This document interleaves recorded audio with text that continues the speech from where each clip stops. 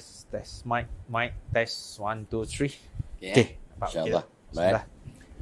Bismillahirrahmanirrahim. Assalamualaikum warahmatullahi wabarakatuh. Terima kasih ya, tahniah pada semua sahabat-sahabat kami ya yang dapat join sembang rezeki bersama Tok Abah ya. So mudah-mudahan kita dapat sesuatu yang bermanfaat ya. So syukur ya, malam-malam gini ramai juga yang nak datang ya, dan panggil kawan-kawan. Tolong like dan share. Beritahu kawan, kau nak buat apa ni, watch party ke, silakan. Ya, beritahu kawan-kawan, ni ada Cema Rezeki dengan dia jaga yang agak handsome, ditemani oleh jaga yang agak handsome jugalah. Amin. Ya? Amin. Alhamdulillah. Okey. Dan kita tak banyak masa. Jadi isu kita pada malam ni seronok ni, punca rezeki, masya-Allah ya. Subhanallah. Ada mungkin salah satu punca rezeki lah, tolong ya. Tolong untuk mereka yang apa nama?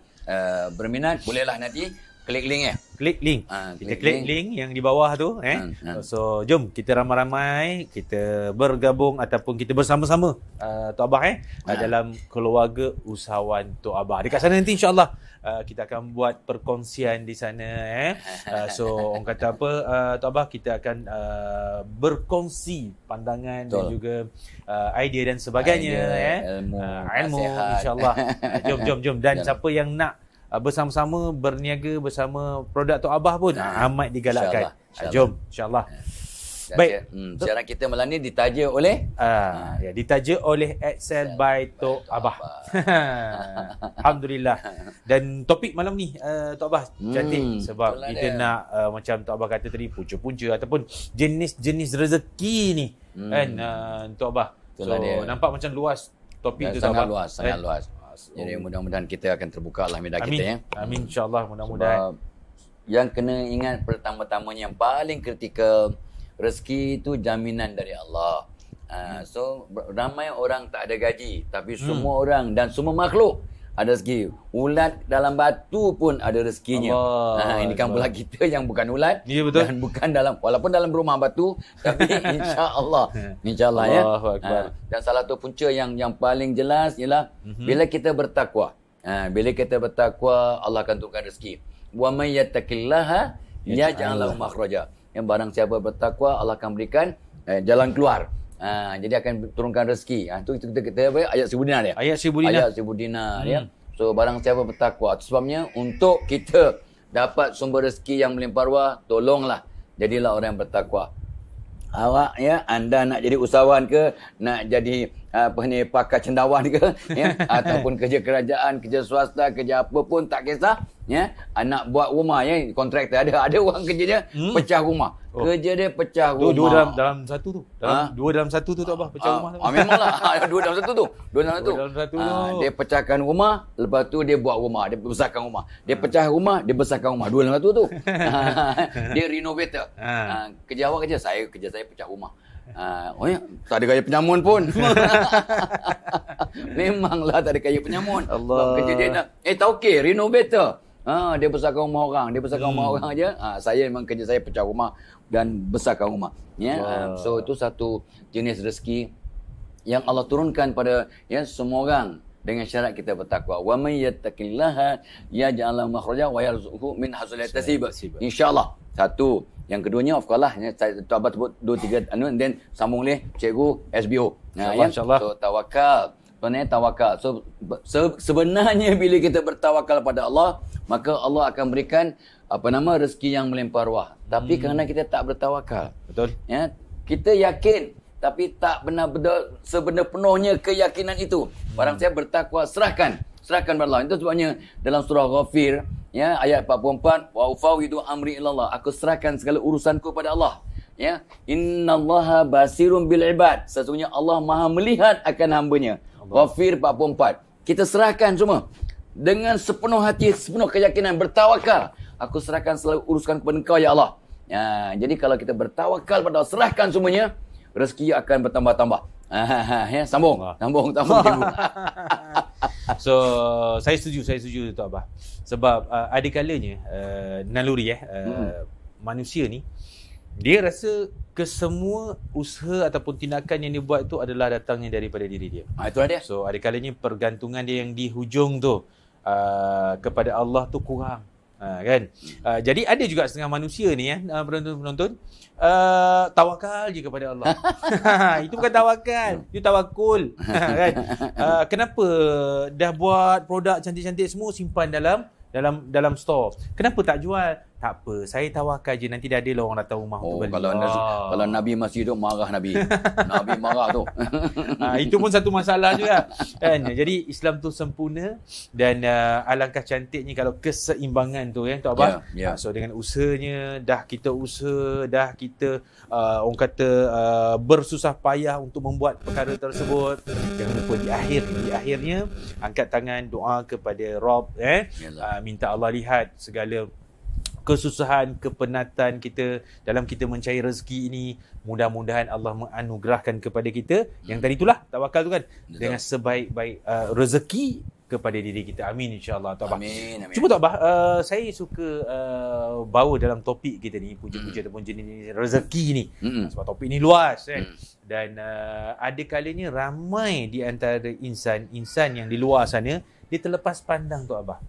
Kan?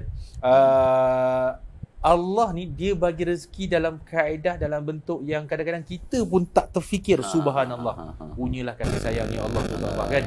Dan antaranya yang saya dapat lihat tu Abah, kalian dapat lihat menilai kejayaan usahawan-usahawan orang yang berjaya di luar sana, antaranya dia bermula dengan apa? Bermula dengan rezeki yang pertama Allah bagi dekat dia apa dia? Buah fikiran. Ya. Subhanallah. Allah bagi dia buah fikirannya, orang lain tak terfikir nak buat tindakan tersebut. Bahkan Allah gerakkan diri dia, beri kekuatan kepada hati dia untuk buat perkara tersebut. Bayangkan.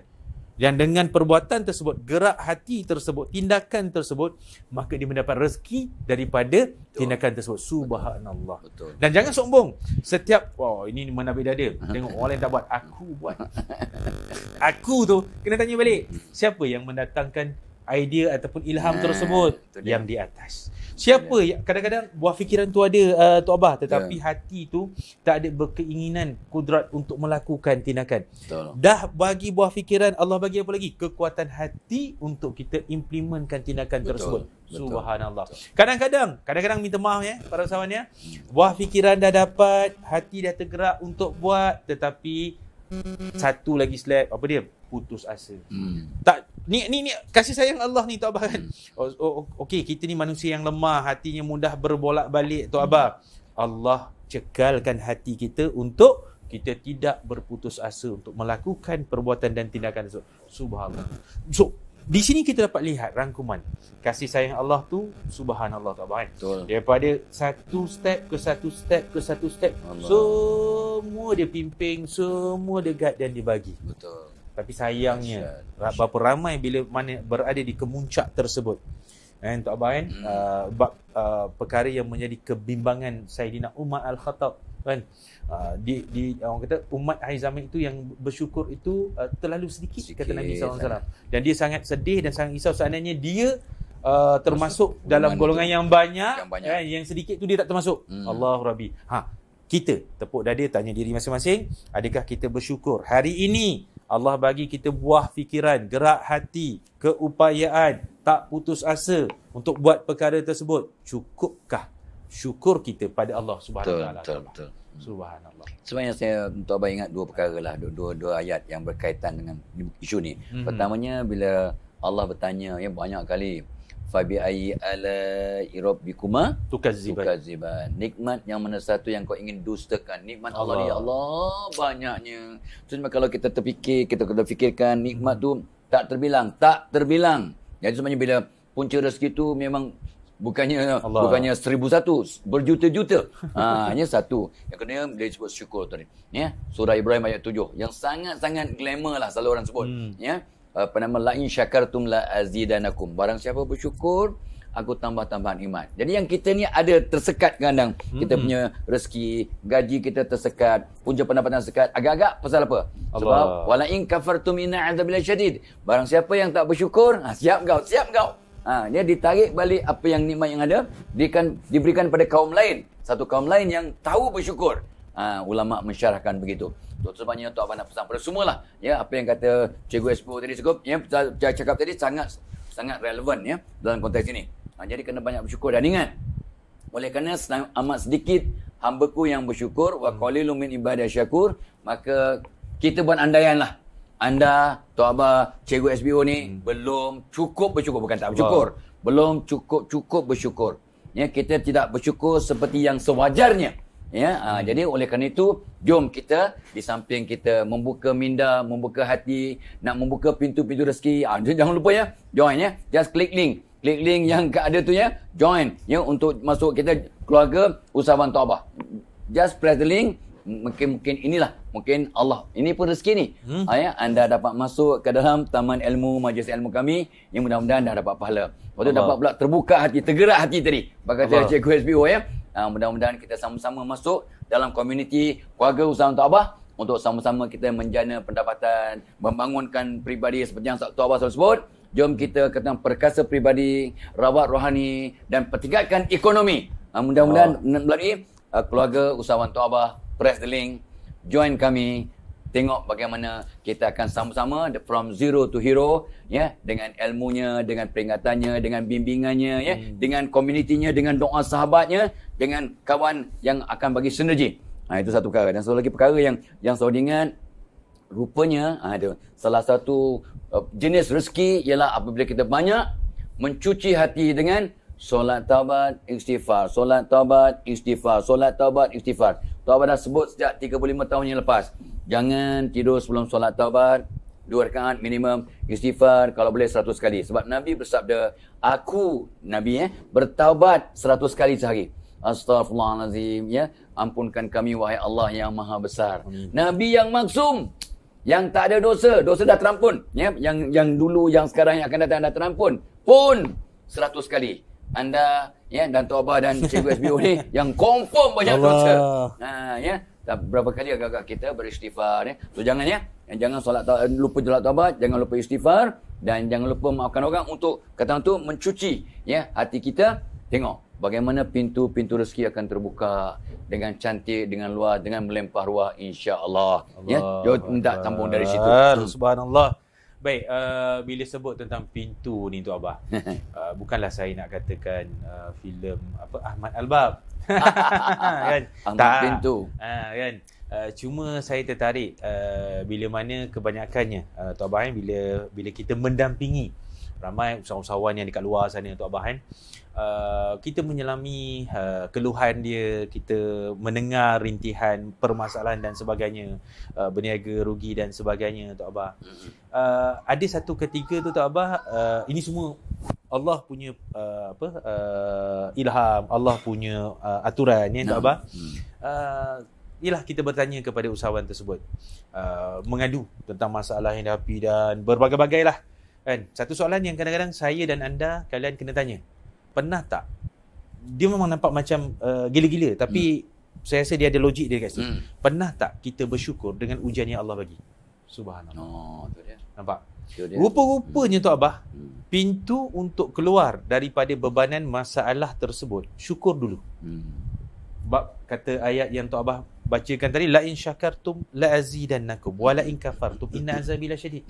Barang siapa kata Allah, dia bersyukur, aku bagi dia ujian tu, itu tandanya aku sedang pandang dia, sedang lihat dia. Yes, sayang. Kalau aku tak bagi ujian, nanti dia terlepas daripada tali rahmatku. Nauzubillahi min zalik. Maknanya kalau kalian berniaga, kalian diuji oleh Allah dengan kejatuhan, kerugian dan sebagainya, langkah satu nak keluar daripada masalah dan dilema tersebut, syukur dulu.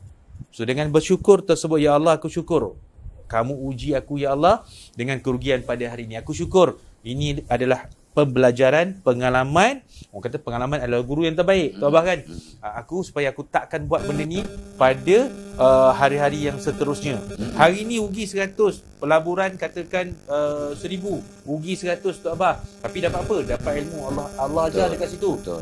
Dibuatnya Tok Abah kan? Kita invest 100,000 rugi dengan tindakan dan perbuatan yang sama tersebut. Allah tak tegur dulu kan, rugi 10,000 lagi banyak, betul tak Tok Abah? So maknanya apa? Maknanya nak keluar daripada masalah yang kita hadapi. Saya pinjam ayat Tok Abah tadi, pintu yang pertama nak membukanya adalah syukur. Ya Allah, aku syukur. Kau uji aku sebegini ya Allah, yang seperti Tok Abah katakan, Allah selalu menjadikan sesuatu itu berdasarkan apa sangkaan hamba-Nya kepada dirinya. Ujian yang datang bila ditadah, diangkat, diadukan kepada Allah, bahkan diucapkan syukur, terima kasih ya Allah. Takkanlah Allah tak dengar. Betul tak Tok Abah? Takkanlah Allah tak keluarkan. Semalam. Ni kata yang you cakap ni. Exactly semalam ada seorang Tok Abah. Ya, dia pun tulis kat dia punya status ya. Saya hari ni diberi nikmat oleh Allah. Saya bersyukur sangat. Saya nak bacalah. Dapat apa ni? Ya, dia mengandung ke, dia dapat laporan ke bisnes tu sebab saya didapati ada sedikit sakit dan ditahan di hospital. Saya sangat bersyukur dengan nikmat ini. Allahu Akbar, mengemang bulu roma. Tengok tu. Itu orang yang ada akal, ada fikir, dan mudah-mudahan Allah bagi dia rezeki dengan menerima hakikat bahawa ujian Allah. Sampai Nabi bersabda, tak baik seseorang kalau tak sakit badannya sekali-sekala atau tak hilang barangnya sekali-sekala. Mungkin kita hilang barang ataupun rugi 10,000 tu sebab rupanya ada bahagian orang yang kita tak keluarkan. Betul. Bahagian zakat tak keluar, sedekah tak keluar. Mungkin pada mak ayah kita tak bagi sewajarnya, pada kita mampu. Pada suami tak bagi. Pada suami. Yalah. Itu jadi isu tu. Sebab batu bisnes dulu janji. Bang, nak pinjam duit awak 20,000. Nanti bila saya dah untung, saya pulangkan balik pinjaman saya. Dah ada sebut. Itulah contoh tu. Itu akad tu. Sebab pendapatan isteri punya. Betul. Marah perempuan yang menonton tu kan. Mana boleh ni? Tak, ini bagi mereka yang dulu nak mulakan perniagaan. Yalah. Dah janji ada surat hitam putih iaitu WhatsApp dengan suami. Saya janji untung saya pulangkan balik. Sampai sudah. Itulah. Sebabnya semalam kita yang dalam kita sebut tiap-tiap hari kalau kita nak pergi kerja pasang niat. Pasang niat untuk pergi kerja sebab setiap niat yang kita pasang untuk pergi kerja tu, satu dapat pahala, keduanya dapat tenaga dan inspirasi untuk buat. Yang ketiganya itulah yang akan menjamin kata tu kehebatan kita sebab barang siapa pergi kerja tak pasang niat, maka takut-takut pintu rezeki pun tak terbuka dan tak dapat pahala. Sebab innamal a'malu binniyat. Contohnya, aku hari ni nak pergi kerja, aku nak cari rezeki yang halal, aku nak cari ilmu, aku nak buat yang terbaik, aku nak senyum dan bagi salam pada semua orang yang aku jumpa, dan aku nak memperkasa silaturahim. Contohnya, aku nak rapatkan hubungan aku dengan adik-beradik, dengan ipar dua, dengan whatever lah silaturahim Barang siapa, sabda Nabi, barang siapa memperkasa silaturahim akan membuka pintu-pintu rezeki dan menganjakkan tarik ajal. Semua orang biasa dengar tu. Tapi dengan sengaja, sebagai satu niat.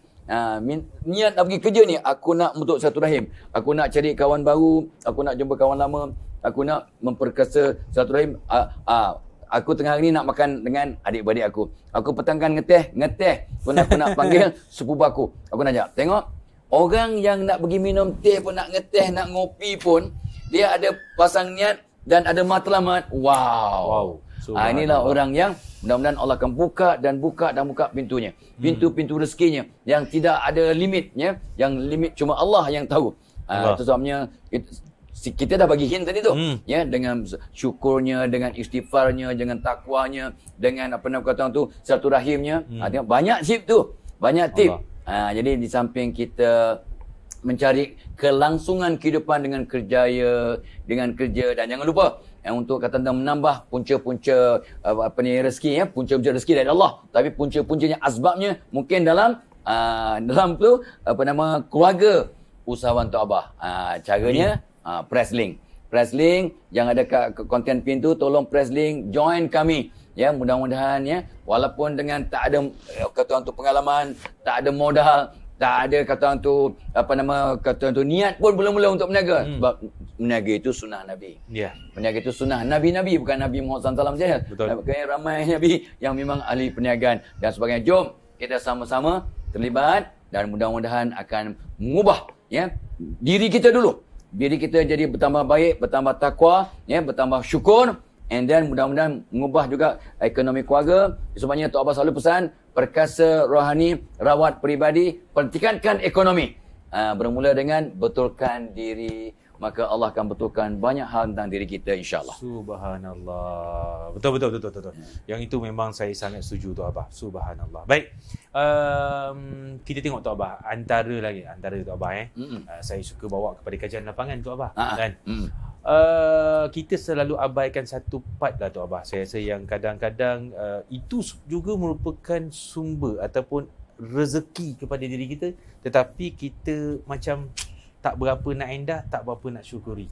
Apa dia Tok Abah? Iaitu bagi individu ataupun insan-insan yang sedang menonton pada malam ini, di antara rezeki kalian yang masih lagi belum terangkat adalah bagi mereka yang masih memiliki ibu ataupun ayah. Allahumma salli. Ya. Betul.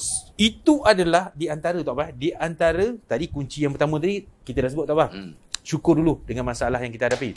Di antara kuncinya adalah bila mana kalian, saya dan kalian memiliki ataupun masih lagi dipinjamkan rezeki yang paling besar, iaitu seorang ibu ataupun seorang ayah. Ya. Ingat doa ibu itu sangat mustajab di sisi Allah. So bila mana seseorang usahawan, seseorang anak tersebut melakukan aktiviti perniagaan ke, bekerja ke dan sebagainya, ada masalah, betul. Mak ni dia duduk kat kampung. Bukan tahu apa pun. Duduk kat kampung.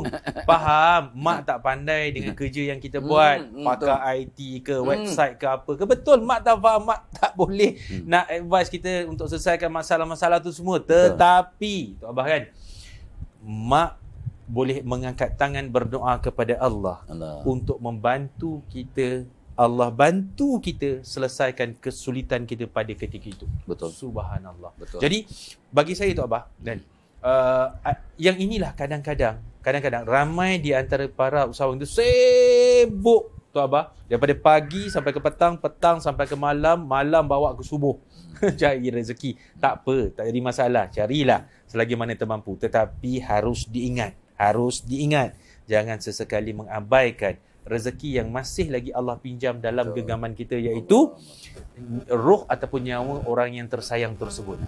Sebab bila mana seseorang tersebut Allah tarik rezeki, iaitu kasih sayang seorang ibu ataupun seorang bapa di sisinya, maka sangatlah dia rugi pada ketika itu, kerana dia punya jambatan ataupun dia punya doa untuk bawa direct kepada Allah.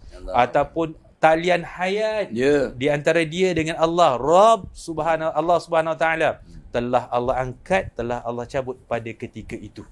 So oleh itu Tok Abah, macam Tok Abah kata tadi, syukur seandainya masih lagi memiliki kasih sayang ataupun pandangan mata kita masih lagi boleh melihat wajah ibu ataupun wajah ayah. Sebab apa? Nabi kata barang siapa yang melihat wajah ibu dia ataupun dengan penuh kasih sayang, Tok Abah, maka Allah gugurkan dosa-dosa kecil dia. Subhanallah. Tengok je. Tapi minta maaf bila dah kaya, bila dah senang, bila dah ada kedudukan dan sebagainya, minta maaf, kadang-kadang nak balik jenguk ibu sebulan sekali pun susah. Allahu Akbar. Ini tak cerita lagi yang tak nak kongsi rezeki dengan mak ni. Kan? Na'udzubillah min zalik. Pandang wajah ibu pahala. Allah. Ya. Dan ibu itu di samping pintu rezeki adalah pintu syurga. Allahu Akbar. Ya, rugilah. Sabda Nabi kan, rugilah anak-anak yang orang tuanya masih ada, yang sudah tua, perlukan hikmat dan bantuan. Anak tak membantu dengan ikhlas sampai dapat pahala masuk syurga. So salah satu pintu syurga kita ialah ibu bapa yang sudah tua perlukan bantuan. Akbar.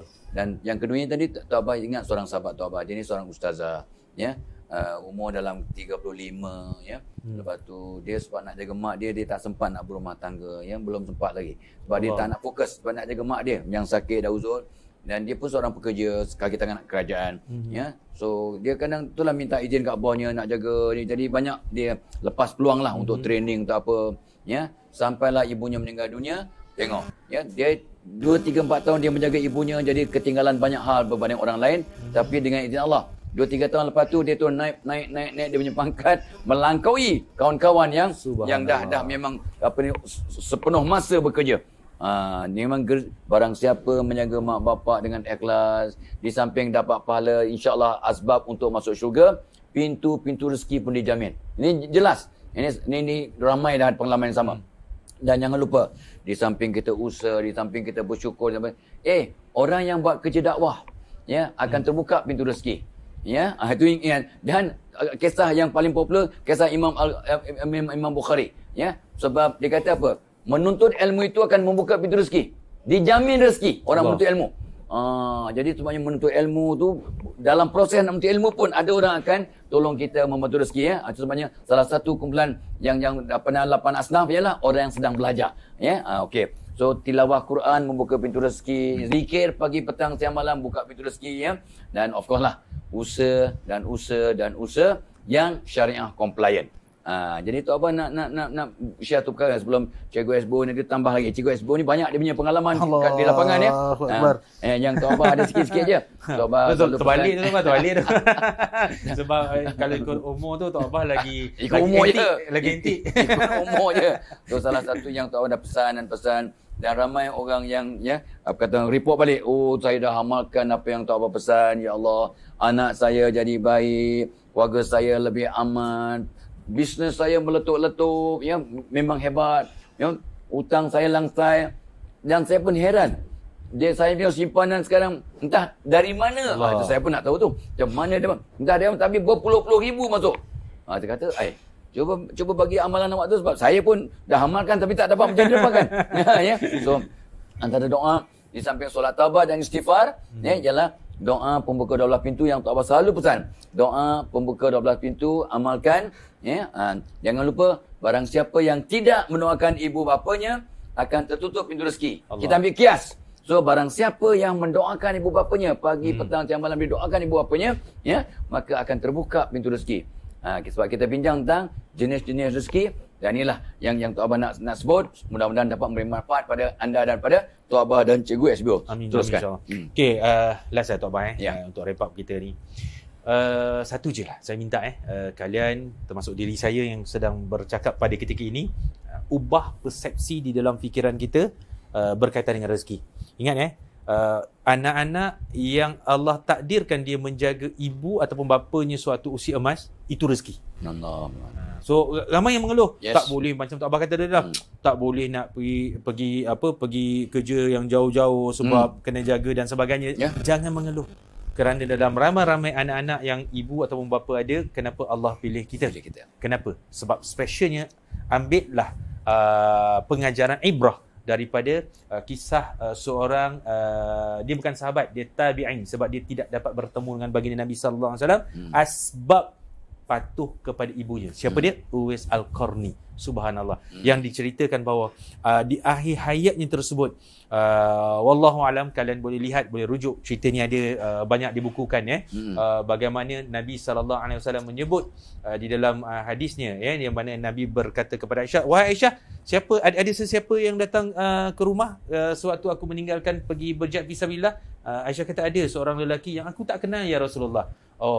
Ketahuilah Aisyah, sesungguhnya lelaki tersebut adalah penghuni di langit. Allah. Dia bukan penghuni di bumi. Subhanallah. Kenapa?